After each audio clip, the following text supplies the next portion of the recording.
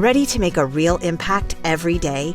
Join the Active Day Home Care team and help clients maintain their independence in the comfort of their own homes. Make a difference in someone's life as you provide essential daily assistance and protect their health and happiness. Earn up to $20 an hour and enjoy additional perks like optional daily pay, 401k, paid time off, ongoing educational training, and more. Join a team that values care, compassion, and your professional growth. Visit activeday.com to apply.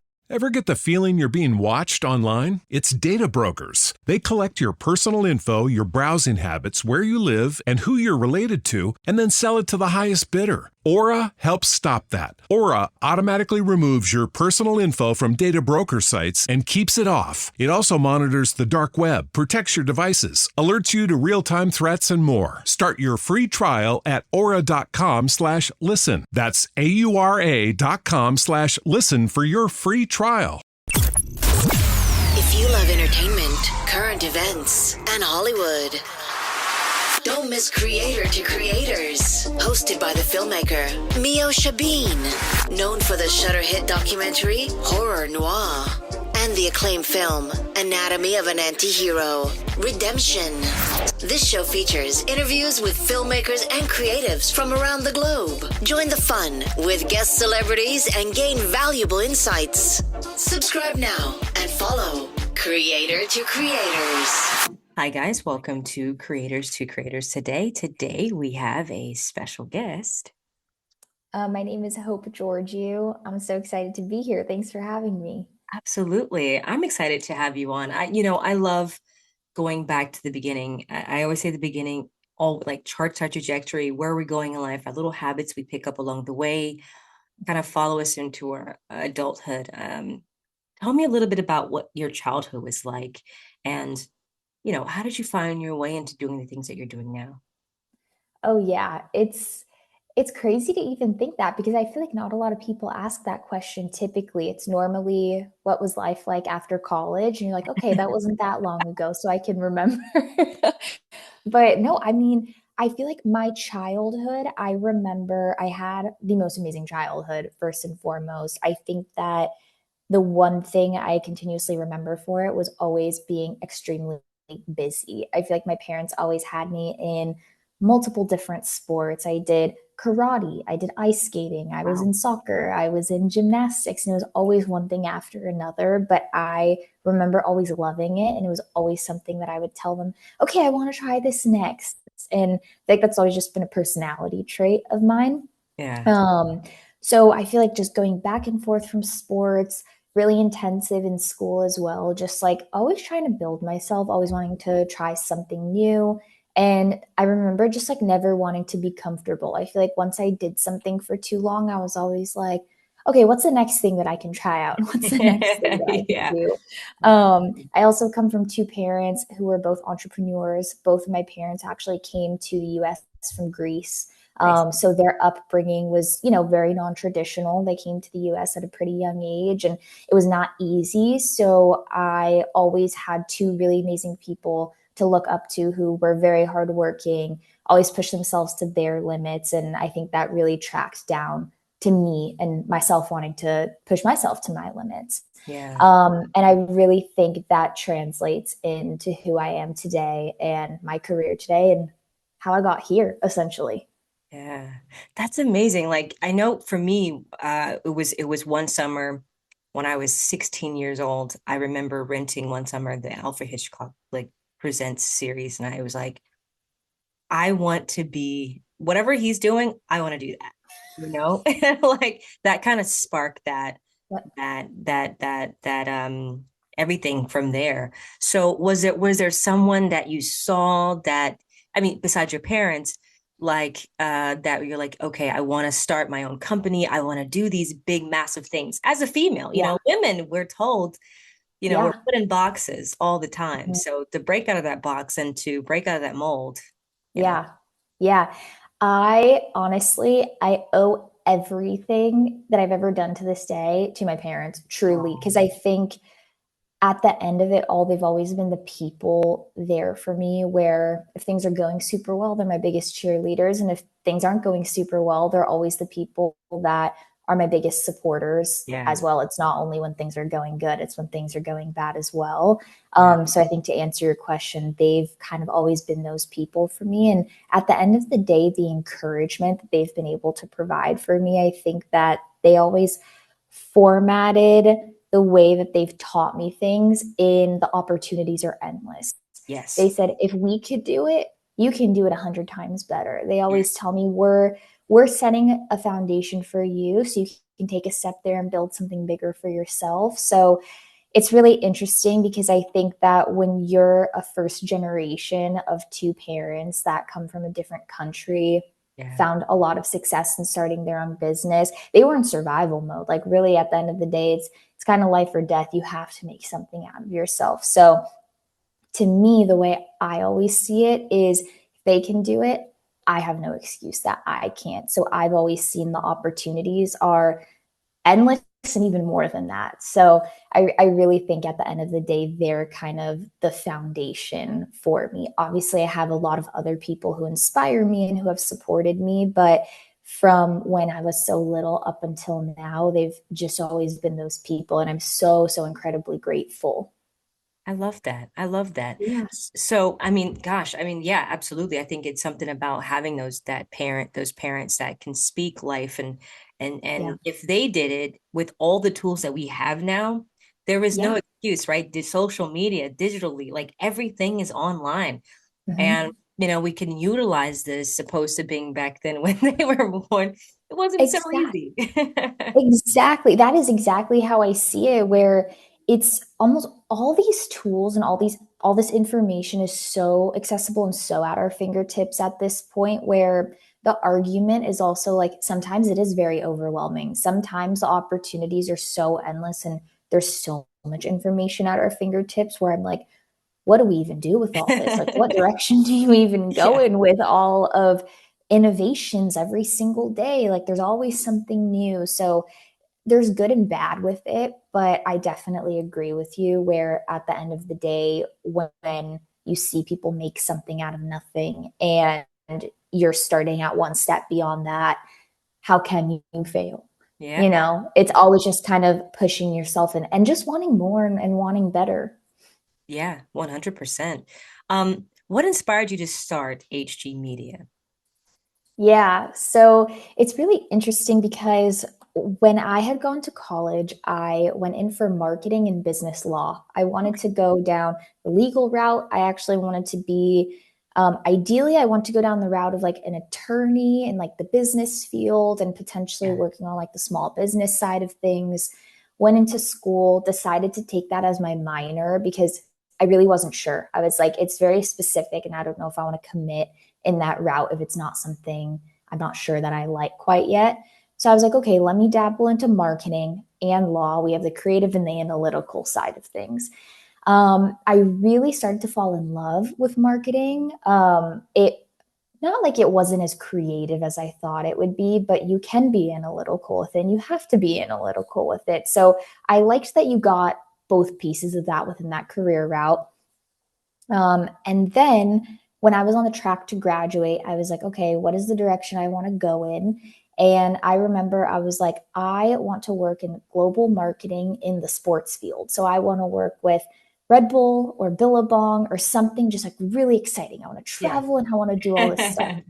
So it's really interesting because if you can go back and tell yourself what you know now, everything is glamorized. Every Oh job my is gosh, glamorized. yes. You know, it's like everything Oh. seems so great until you kind of get into it. And it's finding the beauty in everything, obviously. But Yeah. I think I was just kind of making all this stuff up in my head. And there are jobs out there that do that. And maybe one day I feel like that could be awesome. But I think things started falling into place very uniquely when I was a senior in college. Actually, no, second semester of junior year, that's when COVID hit. So obviously, we know that's a really detrimental time of internships and jobs because you're about to graduate.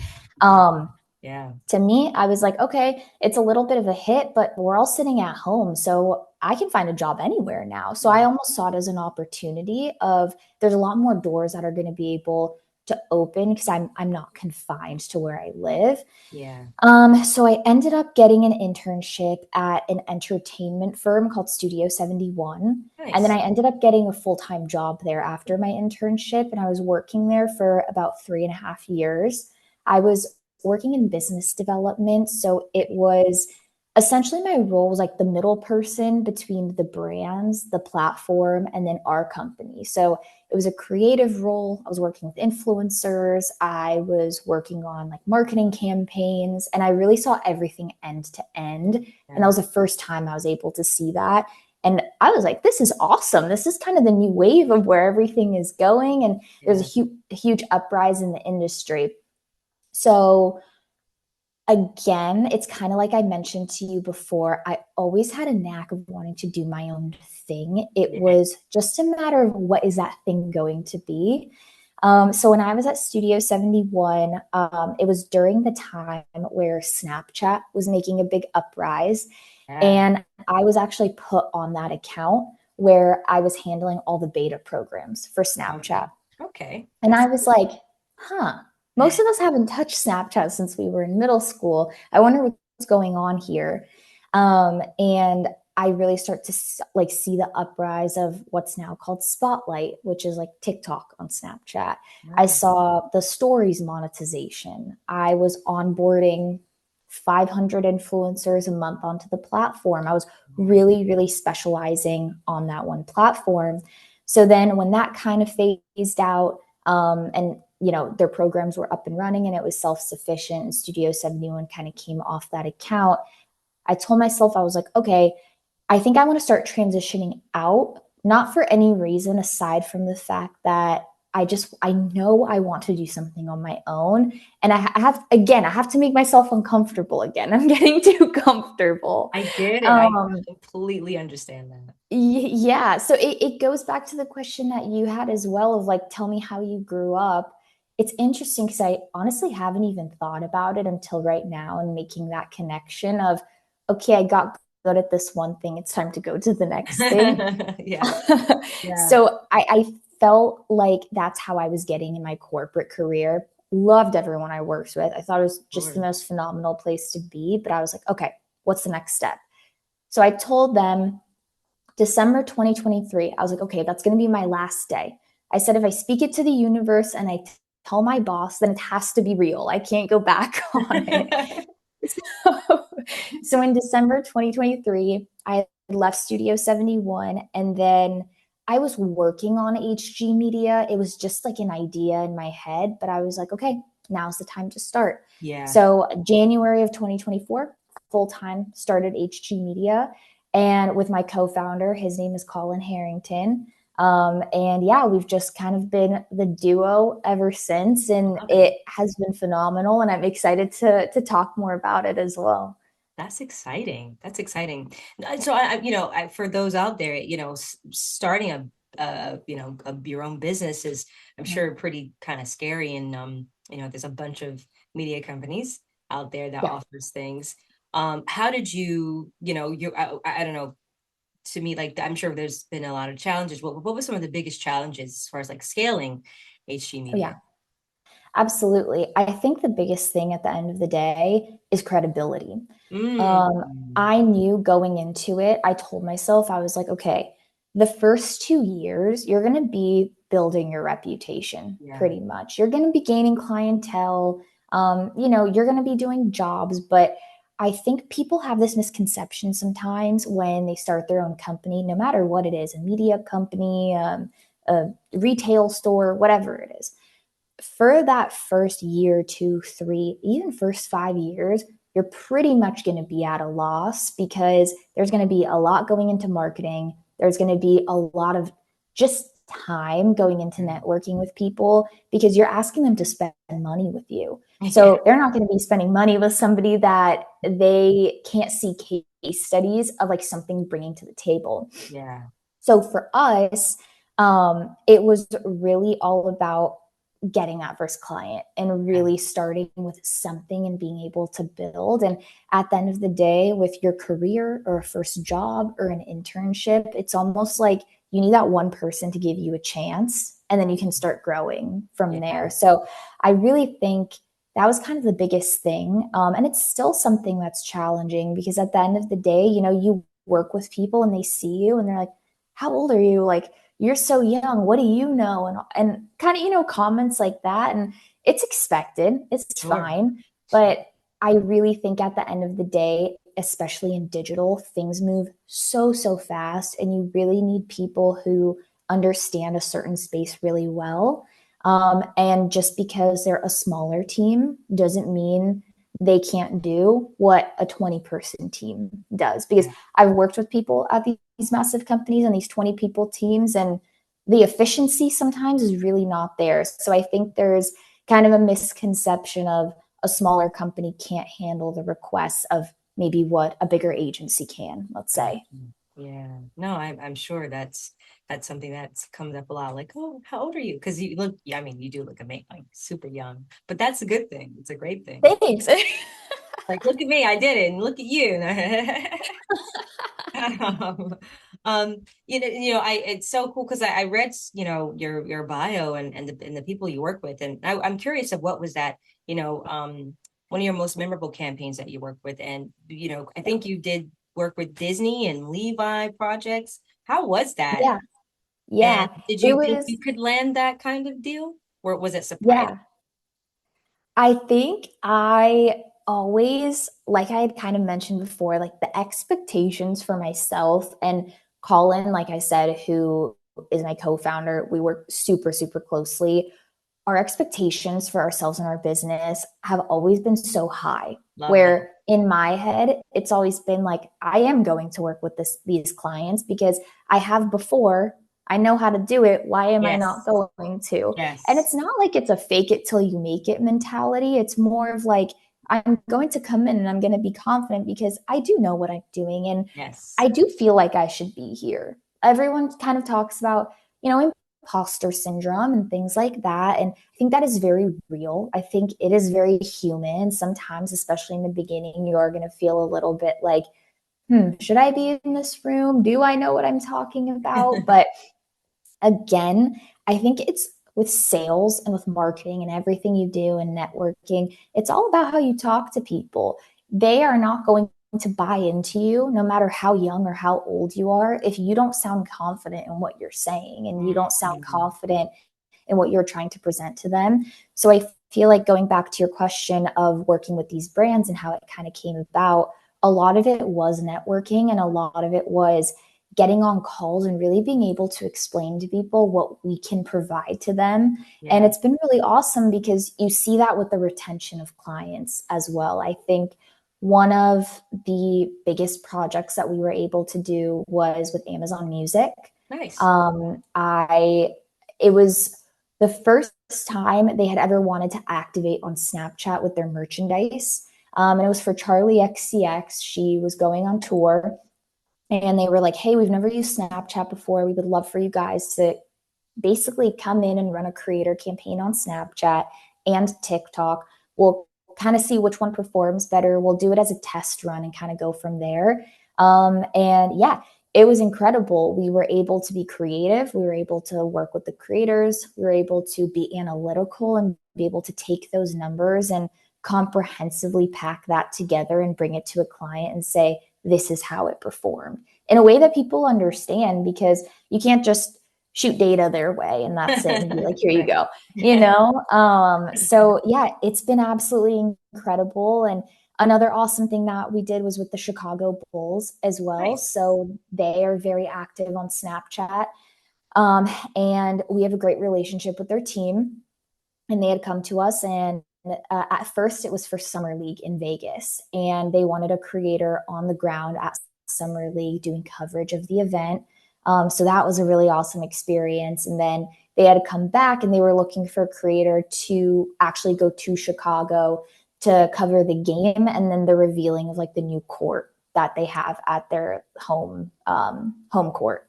So that was really awesome to see. I was able to go out to Chicago, meet the team, and see Chicago for the first time. So How I is thought that Chicago? was really I've never cool. been. But truly, at the end of the day, to me, what I've noticed, and I'm sure Colin would say the same thing, all of these things have been built off relationships. It's been built off of clear and quick communication and being responsive and just being able to make those people's lives easier, because I think they're so, like, brands are so used to people coming in and making their lives harder. If you can come in and be like, hey, we can take this off of your plate, they really appreciate that. So Yeah. yeah. I love that. I love that. How do you gosh, I mean there's so many things I wonder, just like the things that you guys offer, what you guys do, Yeah. but how do you ensure the authenticity, right, or the values of the campaign is, resonates, but also at the same time deliver those things like the message, the campaign that you're delivering. Absolutely. I think the biggest part of it's storytelling, right? And Yeah. if we're talking about influencer marketing in specific, it's about sometimes finding that super niche, random person that they are looking for, and you're being tasked with that challenge to find a person that can relay that message and relay it organically and just make it feel like their story is resonating with their audience. I think sometimes that's often missed in influencer marketing, just because you see a lot of these ads on social. Like, for example, we can use TikTok as an example. I feel like it was getting to a point where every time somebody opened the app, it was advertisement, advertisement, TikTok shop. People are like sick of being sold to. So I think as a brand marketing agency, that's something that we really have to communicate really well with the client of, hey, listen, this has been our findings with other brands, this is what other brands are doing very successfully, and this is what we recommend replicating with this campaign. So it's a perfect balance between our feedback and recommendations and their brand voice and messaging, and then the influencer being able to take all of that, craft it into a story, and then blast it out to their audience. It's really cool. I love that. So I like asking this question. Okay. Guest that comes on the show, and there is no wrong answer, but the three levels of influence: money, power, and respect. And if you could Mhm. choose only one of those things, which one would you choose and why? I would choose respect, to be completely honest, because I think that's what brings everything else. Yeah. I have seen a lot of people where when you're too money driven, you start chasing the wrong things. You start straying away and losing who you are a little bit because you're just chasing a check. And really at the end of the day, that's coming from a standpoint of, some people are in different positions where they're like, I need that and I have to go in that direction. Yeah. And that's fine. But I also think that, some of the creators that we have, or some of the creators that I talk to every day, Mhm. opportunities come in and I'm like, hey, the price is good. I don't know if I would necessarily take it because I don't know if it's good for your brand. Because you have to Mm, think longevity as well. This can make you miss out on opportunities that are much bigger 6 months from now. absolutely. So that's one part of it. And what did you say? Money, respect, and And power. what was the third? Power. Yeah. I think when you're respected, I think that's what brings you power, Mm, really, at the end of the day, because when people respect you, people will listen to you. yeah. And when people listen to you, I think that's what really gives you the power. And when you are a respectable person with morals, that's when you have the good power to use your voice to make a difference and to use your voice to bring out positive messaging and spread positive messaging, really, at the end of the day. So, hands down, I feel like not even having to think about it, respect would totally be my answer to that question. I love that. It's a great answer. It's a great Thank answer. you. What Absolutely. would be your answer? Has anyone asked you? Well, not really. So I like this. I like this. Switch it around. This is good. This is good. Yeah. Um, my answer would honestly be money, because of the I know the person that I am, and I've seen people Mhm. with money, but the personality and the type, it's like, wow, they're gonna get that someone gonna get money and do that with it. So I Mhm. would use it to help and open up doors in different situations. So I Right. have, in this business of entertainment, it does take money to Right. move the boat, like move the needle. I kind of think that respect is great and I love it. I think at the end of the day that, as a few people that I've talked to in the industry that I respect very much, they say that either people going to respect you or not. And you can't have everyone that's going to understand you. And that's just the reality of it. And I'm like, yeah, so that Yeah. would say money to move the boat needle Yeah. in the entertainment world. Cause I think there's a lot of women that I work with. And if they had more of that, they could, we're not respected in a lot of rooms, just because we're women. And I don't think Yeah. I have a long way to go in that, respect. So, but I love Absolutely. you. Yeah, and I love yours too, and that's why I wanted to ask because I think it you see the other person's perspective on it as well because you're right. Money does open up a lot of doors or it can give you the resources to open up certain doors. So I completely agree with you on that. I think a balance of all of them is so so important and just being able to use whether it's money, respect or power using that for good Yeah. is really the ultimate goal. So yeah. Absolutely. Absolutely. How do you stay on top of like emerging digital marketing trends? Are you constantly just checking out to seeing what's going on? Are you like it's like a daily thing. So you're on social media all the time, huh? It's so funny because I feel like when you're done with work, you don't want to go on social media because you're like, wow, I don't even have the desire to scroll. When people are like, oh, like TikTok, like brain rot, I'm laying in bed, like scrolling. I'm like, I don't even want to see my phone at the end of the day. But it's a super valid question because things are moving so fast. Yeah. But I think it all comes from the platforms. So I think with the trends, I look at the platforms first. So I look at what's coming out with Instagram, what's coming out with Snapchat, Facebook, TikTok, and then it kind of all trickles down from there just because it's all going to stem from the platforms. I think aside from the fact that we all have to chronically be on social media and understand the next thing, Yeah. that's kind of where I get all like my digital news from is kind of analyzing trends that way. But I watch the platforms really, really closely. I watch what is, the next thing that they're going to be rolling out, what beta programs do they Mm, have right now? Because it will prompt you how to pitch to your brand clients as well. mm, nice. Because as long as I'm up to date, I can go to our clients and I can say, hey, Snapchat is rolling out this brand new program. TikTok is kind of still on the fence whether it's going to be shut down or not. I think we should start moving some more ad budget to Instagram or Snapchat or Facebook. This is why I recommend XYZ. So it is a huge part of my job as a brand marketing manager to be on top of all that because we have to bring that information to clients because if I'm recommending that they're putting all their budget on TikTok and I wasn't aware that it's going to go away, they're going to come to me. So you really have to be careful with all that and be that person piecing together the puzzles for them. Yeah, absolutely. As a female entrepreneur, right?